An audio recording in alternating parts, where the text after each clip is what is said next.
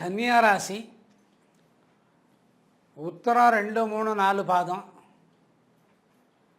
హస్తం 4 పాదము, చిత్ర 1, 2 பாதம் கன்னியாராசி.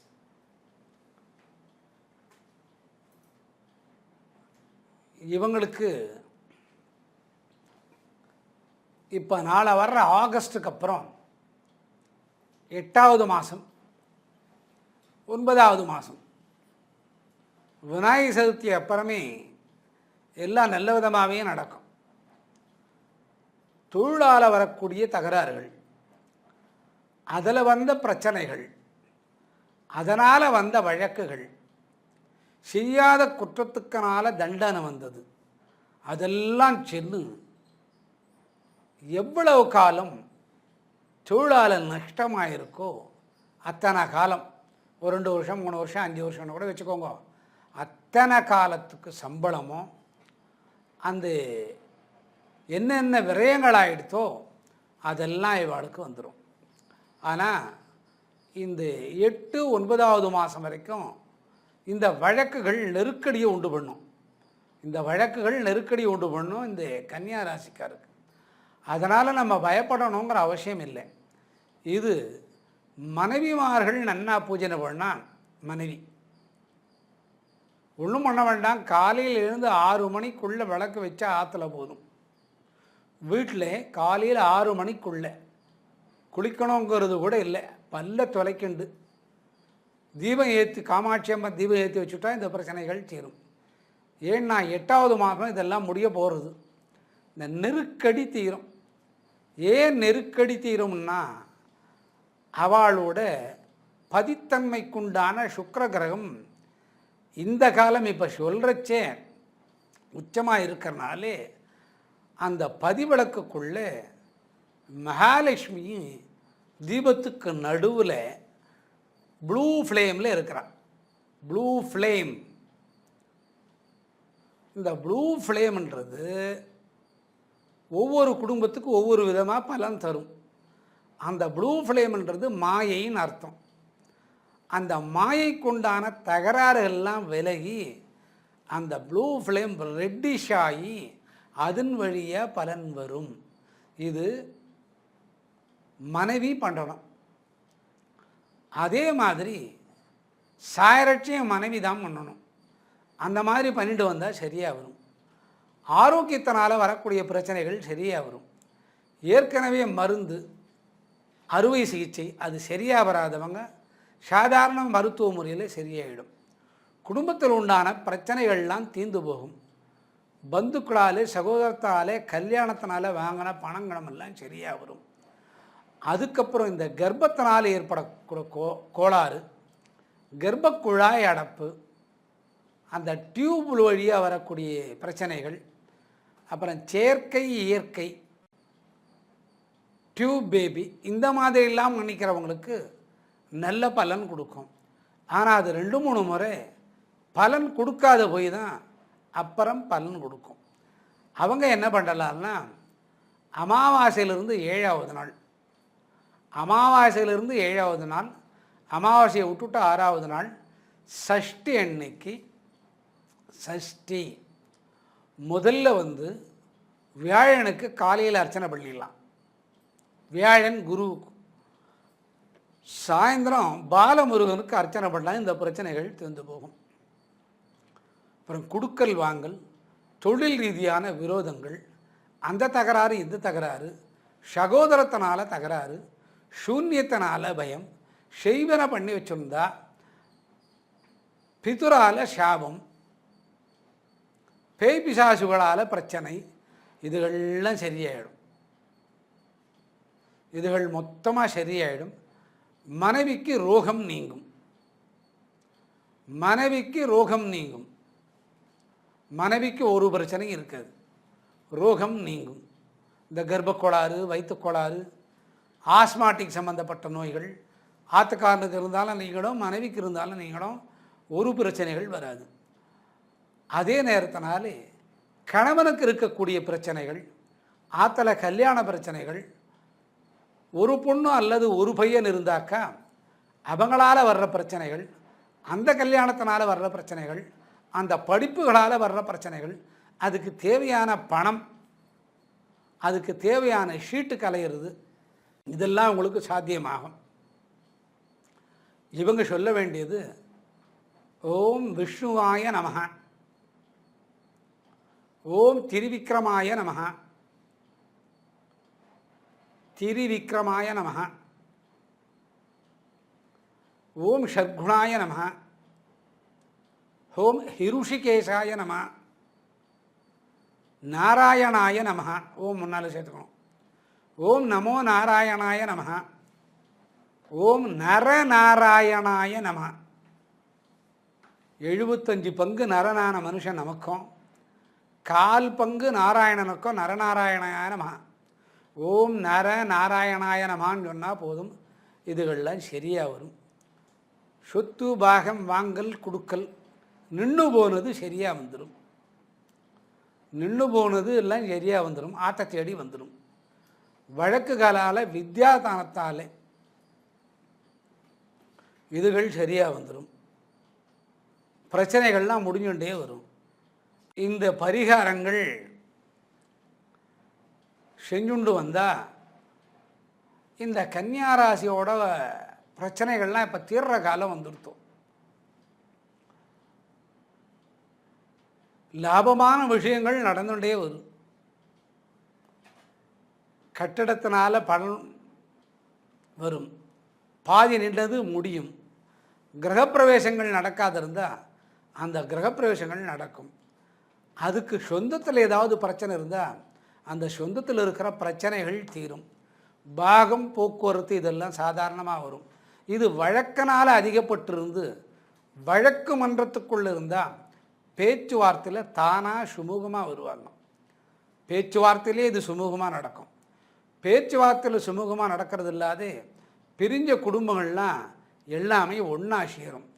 இது ஒரு இந்த 8வது மாதம் 9வது மாதத்துக்கு அப்புறம் படிப்படியாக சரியாக வரும். அமைதியை கடைப்பிடிக்கணும். இதுக்கு முக்கியமாக விரத காலம் ஆணும் பெண்ணும் புதன்கிழமை இரவு இருக்கணும். புதன்கிழமை இரவு, புதன்கிழமை இரவு 6 மணி, வியாழக்கிழமை காலையில் 6 மணி இடப்பட்ட நேரம் விரதம் இருக்கணும். இந்த விரதம் இருக்கிற காலத்தில் 6-8 மாலை 6 to 8 மௌன விரதமும் இருக்கணும். 6 to 8 மௌன விரதம் இருக்கணும். இரவு ஒன்றும் சாப்பிடாமல் இருக்கணும். இந்த இரத்த கொதிப்பு, சுகர் பேஷண்ட் இவங்க என்ன பண்ணலாம்னா அரிசியாலான உப்பு மாவு சர்க்கரை இல்லாத அரை உப்பில் சேர்த்துக்கணும். கோதுமை உப்பே இல்லாமல் சாப்பிட்ணும். சப்பாத்தியா அரிசியாலான உப்புமாவு அதிலே உப்பை போட்டு சாப்பிட்டுக்கலாம். உப்பே இல்லாமல் கோதுமை சப்பாத்தி உங்கள் மனசுக்கு வரும், நைட்டு அப்படியே படுத்துடலாமே அப்படின்னுட்டோம். இந்த உப்பு இல்லாத சாப்பிட்றது அப்படியே படுத்துண்டா என்ன, அது ஒரு வகை விரதம். எது சாப்பிடாமல் இருந்தால் மாதிரியும் ஆயிடுத்து, விரதம் இருந்தா மாதிரி ஆயிடுச்சோ, மௌன விரதம் இருந்தால் மாதிரி ஆயிடுறது. இதை மட்டும் கன்னியா ராசிக்காரங்க பண்ணிட்டு வந்தால் போதும். குழந்தைங்களுக்கு நல்ல படிப்பு வரும். இந்த விதமான சின்ன சின்ன வழிபாடுகள்லாம் அந்த ஆற்று கிரகலட்சுமி இருக்கணும். யார் யாருக்கு 10, 15, 20, 25 வயசுக்குள்ள குழந்தைங்க இருக்கோ, ஆணானாலும் பெண்ணானாலும் 25 வயசு பையன் அவனுக்கு கல்யாணமாக இருந்தால் கூட பரவாயில்ல, பேரம்பேத்தி எடுத்த பையனாக இருந்தால் கூட பரவாயில்ல, அந்த தாய் இருந்தால் இந்த பிரச்சனைகள்லாம் உங்களுக்கு தீர்ந்துட்டே வரும். தாய் தான் இருக்கணும். ஏன் தாய் இருக்கணும்னா, இந்த கன்னி அப்படிங்கிற ராசிக்கு ஆதிபத்திய தேவதை மகாவிஷ்ணு, அதனோட கிரகசஞ்சார தேவதை புதன். இந்த புதனோட அதிதேவதை தான் மகாவிஷ்ணு. அதனோட பிரத்தி அதிதேவத்தைன்னு சொல்ல போனால் மகாவிஷ்ணுக்கு நேராக மகாலட்சுமி தான். ஆகவே பொண்கள் இருக்கணும். இன்னும் விசேஷம், திருமணம் ஆகாத பொண்கள் அந்த வீட்டில் இந்த மாதிரி விரதங்கள் இருந்தால் சிறு வயசுக்காரங்க என்ன வேணாலும் சாப்பிட்லாம். 6 to 8 பேசாமல் இருக்கணும், 6 to 6 எதையும் சாப்பிடாமல் இருக்கணும். சின்ன வயசில் இருக்கிறவங்க அந்த வீட்டில் எல்லா குழப்பமும் தீரும். இப்போ பொண்ணுக்கும் அம்மாவுக்கும் சாத்தியப்படலை, மனசு கசப்பு, பேச்சுவார்த்தை இல்லை, அதுகள் நிறையா வரும். அம்மாவுக்கு ஒரே சிந்தனை பொண்ணு மேலேயே, இந்த பொண்ணே சரியில்லை, ஆனால் அந்த பொன் குழந்தை நன்னா இருக்கும். அம்மாவுக்கு ஒரு வருத்தம், இந்த பொன் குழந்தை சரியில்லைன்னுட்டோம், ஆனால் உண்மையிலே அந்த பொன் குழந்தை நன்னாவே இருக்கும்.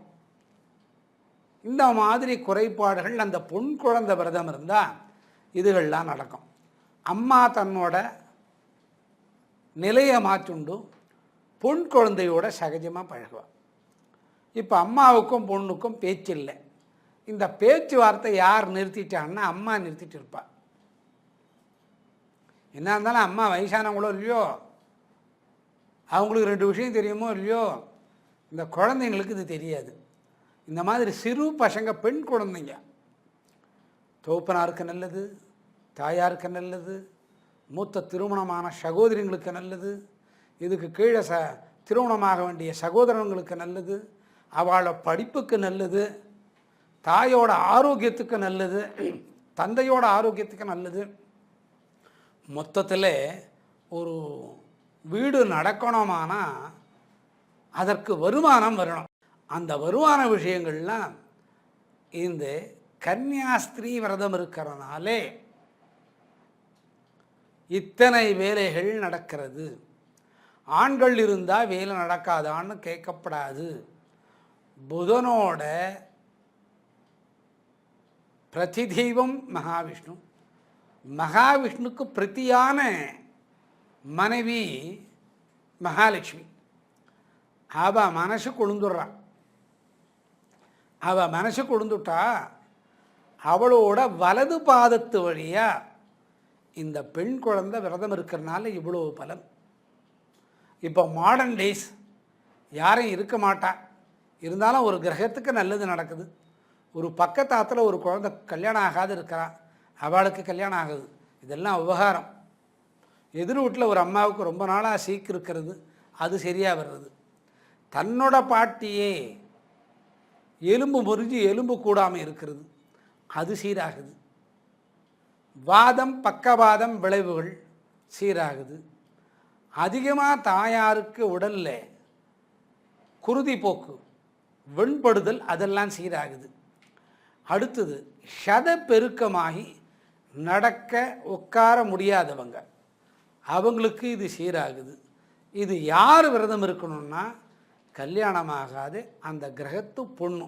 கிரகம்னா வீடு. அந்த வீடு இந்த பொன் குழந்தையினால் சிறப்பாகுது. அந்த ராசிக்கே பேர் என்ன ராசி? கன்னியா ராசின்னு பேர் வச்சுருக்கா. அந்த கன்னியா ராசியை பிடித்தவர் தான் மகாவிஷ்ணு. மகாவிஷ்ணு லட்சுமியை கட்டிக்க மாட்டேன்னு சொன்னான் பார்க்கடல்லேருந்து வந்தபோது. அப்புறம் கல்யாணம் ஆகிடுத்து. அவள் விரதம் இருந்து தான், மகாலட்சுமி விரதம் இருந்து தான் இந்த மாதிரி மகானுபாவனான நாராயண கட்டிண்டா. எல்லாம் கல்யாண மங்களமான விஷயங்கள்லாம் நடக்கும். இந்த கன்னியா ராசிக்காருக்கு முக்கியமாக பொன் குழந்தைகள் இருக்கணும். பொன் குழந்தைகள் இருந்தால் அவ்வளவு நடக்கும். ஆண் குழந்தைகள் இருந்தால் நடக்காதான்னா அவள் இருந்தாலும் நடக்கும். அந்த பொன் குழந்தையோட அனைத்து விஷயமும், அதாவது 3600 செகண்டு, அந்த 3600 செகண்டில் ஒரே ஒரு செகண்டில் இந்த விரதம் பிடிச்சதுன்னா எல்லா காரியங்கள் அந்த பொன் குழந்தையால் சிரமம் இல்லாமல் நடக்கும். இது கன்னியா ராசி பலன். ஆக பொதுவாக எந்த ராசிக்காரங்களும் பயப்பட வேண்டியதில்லை. அடுத்து விருச்சிக ராசிக்கு போகலாம்.